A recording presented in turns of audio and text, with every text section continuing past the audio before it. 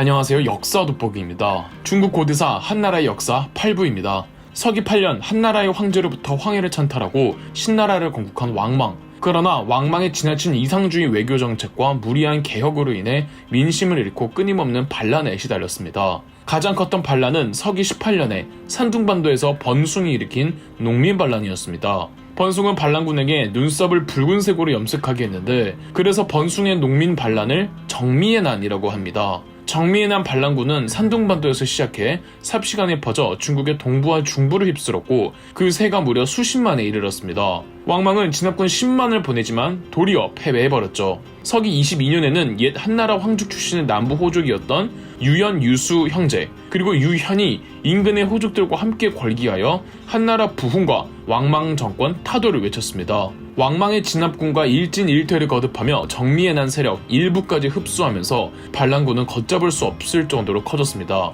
이들은 신나라를 왕조로 인정하지 않고 본인들이 한나라를 재건국하려고 했는데, 그렇다면 황제가 필요했습니다. 후보로 물망에 오른 건 유연, 유수 형제 중 형이었던 유연과 또 다른 황족 유현 두 사람이었는데, 유현이 조금 더 적통에 가까워 유현이 서기 23년 임시 황제로 경시제로 즉위하며 한나라의 부활을 표명했습니다. 경시제 유현의 한나라 부흥군은 점차 북상하고 있었고, 결정적으로 곤양대전에서 맞붙습니다.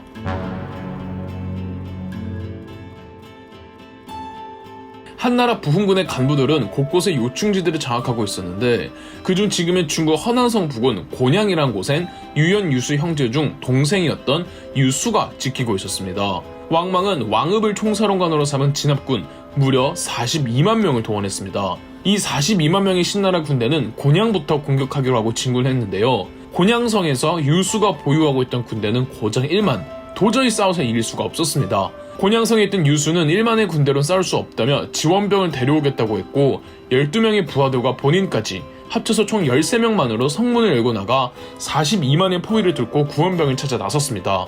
그 사이 곤양성은 신나라군의 맹공에도 겨우 버티고 있었습니다. 구원병을 찾으러 떠난 유수는 그렇게 큰 병력을 모진 못했습니다. 다들 42만의 대규모 군대를 무서워했죠. 언제까지 시간을 끌 수 없었던 유수는 그나마 모은 3천 병력을 데리고 곤양성으로 돌아가기로 합니다. 그러나 이미 곤양성은 포위되어 있는 상황에서 유수는 목숨을 걸고 3천을 이끌고 그냥 돌파하기로 합니다. 왕읍은 부사령관 왕심에게 1만의 병력으로 유수의 3천 병력을 맡게 했는데, 왕심은 전투 도중 전사합니다. 부사령관급이 죽자 신나라군은 우왕좌왕했고, 이 사이에 유수는 3천명으로 적진을 휩쓸어버리며 적당히 부대의 대우를 흐트러버리니까 오합지졸이었던 신나라 군대는 그대로 싸우지도 않은 채 도망가버립니다.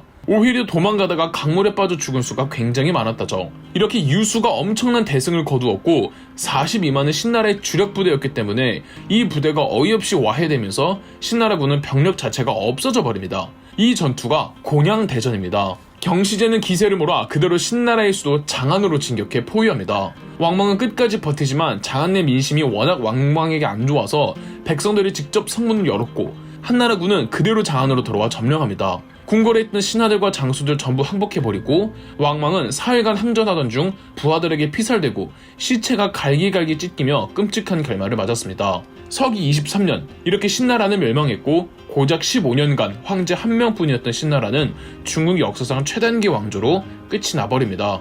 그리고 경시제가 한나라의 부활을 선포했습니다.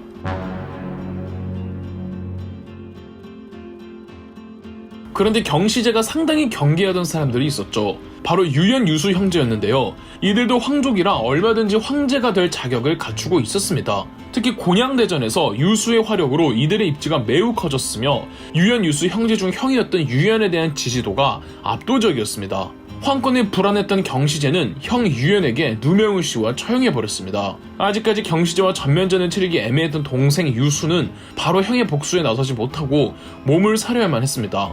그리고 한때 왕망에게 황해를 빼앗겼던 마지막 황제 유자영마저도 살해합니다. 이 경시제는 새로운 황제가 된 입장에서 이전 황제였던 유자영이 거슬렸겠죠. 그런데 때마침 지금의 중국 허베이성 쪽에서 왕랑이라는 군벌이 반란을 일으켰습니다. 그 반란 세력이 작지 않아서 경시제는 능력만큼은 탁월했던 유수를 불러들여 왕랑을 진압하게 했습니다. 유수는 군대를 이끌고 왕랑을 진압했는데 경시제는 그 공을 치하하겠다며 회군 명령을 내리지만 유수는 거부하고 그곳의 호족들과 농민들을 다스리며 그들의 지지를 받습니다. 만약 반란이 일어나면 유수는 무력으로 진압하기보다는 자기 세력으로 포섭해버렸죠. 또 근처에는 유수의 고향이었던 남양도 있었습니다. 유수의 몇 대손 선조 때 그 종파가 남양 땅을 분봉받은 이후 유수 때까지 남양이 호족으로 군림했었고 맨 처음 유연 유수 형제가 신나라로부터 걸기할 때도 남양에서 거병했었거든요. 유수는 본인의 근거지였던 남양과 반란군을 토벌하며 새롭게 다신 허베이성 전체를 세력적으로 확대하며 경시제의 한나라 정부를 거부, 서기 25년 지지 세력으로부터 추대되어 황제에 진극하니 바로 광무제였습니다. 수도는 자신의 근거지 중 대도시였던 낙양을 삼고 광무제는 본인의 한나라야말로 정통 한나라라며 경시제의 한나라를 부정했습니다. 이제 경시제의 한나라와 광무제의 한나라가 맞붙어야 하는데 과거 경시제의 한나라군에 합류하지 않았던 정미의 난 일파가 장안으로 침투하여 경시제를 암살하는 바람에 어이없이 경시제의 한나라는 쉽게 무너졌습니다. 정미군은 말 그대로 농민 반란군인데 이들이 무슨 통치를 하겠습니까?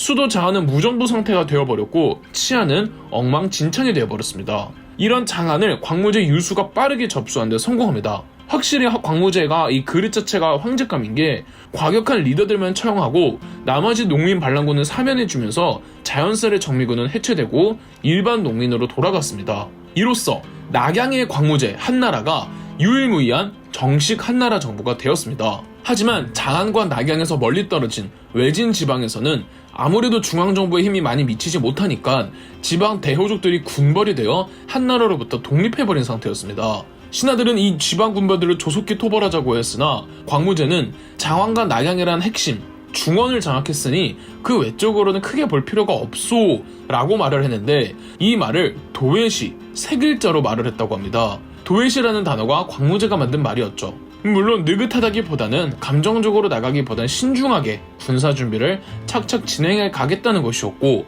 광무제는 약 10년간 허난성의 유영, 안후이성의 이헌, 후베이성의 진풍 등을 토벌했고 이제 남은 건 간수성의 외효와 스촨성의 공손술 뿐이었습니다.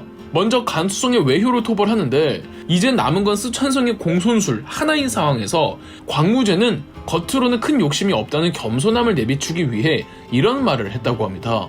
당시 간수성을 농이라고도 별칭으로 불렀는데 외효가 다스리던 농땅을 얻었는데 또 공손술이 원하던 촉을 원하느냐며 인간의 욕심은 끝이 없다는 점을 지적했는데 여기서 유래한 사자성어가 득농망촉입니다. 당연히 겉으로만 그럴 뿐 광무제는 공손술을 손볼 생각이었고 서기 37년 공손술을 끝으로 스촨성까지 점령하며 마침내 중국 재통일 대업을 완수합니다. 이런 거 보면 광무제는 속으로는 욕심 덩어리지만 겉으로는 욕심 없는 척 깨끗한 모습의 이미지 메이킹을 잘했던 황제였던 것 같네요. 이로써 광무제가 한나라를 부활시켰습니다. 중간에 왕망이 신나라를 건국하며 한나라의 맥이 단절되었는데 그래서 신나라 이전에 한나라를 전한, 신나라 이후에 한나라를 후한이라고 부릅니다. 광무제가 후한의 초대 황제였죠. 광무제는 굉장히 유능한 황제로 신나라 왕망에 의해 어질러졌던 국가제도를 전부 다시 전한 때의 제도로 돌려놓았습니다. 왕망 때 시행됐던 비현실적인 제도들 전부 철폐되었고 백성들 세금을 감면해주며 징병제를 모병제로 바꾸며 군역의 부담도 덜어주었죠. 오수전도 재발항해 화폐를 오수전으로 통일해 화폐 제도도 원상복구하고 왕망 때문에 단절되어 있었던 고구려와도 국교를 회복합니다. 당시 고구려의 왕은 3대 왕 대무신왕이었죠. 광무제의 연호가 건무였는데 그래서 광무제의 치세를 건무 성세라고도 합니다. 이런 광무제는 재위 33년 만인 서기 57년 사망합니다. 한구조 유방에 밀려 광무제의 인지도가 그렇게 높지는 않은 것 같은데 광무제도 한나라 역사 통틀어서 입지전지적인 인물이랍니다. 그럼 역사 돋보기였습니다. 영상 재미있으셨다면 구독과 좋아요, 알림 설정까지 해주시면 감사드리겠습니다.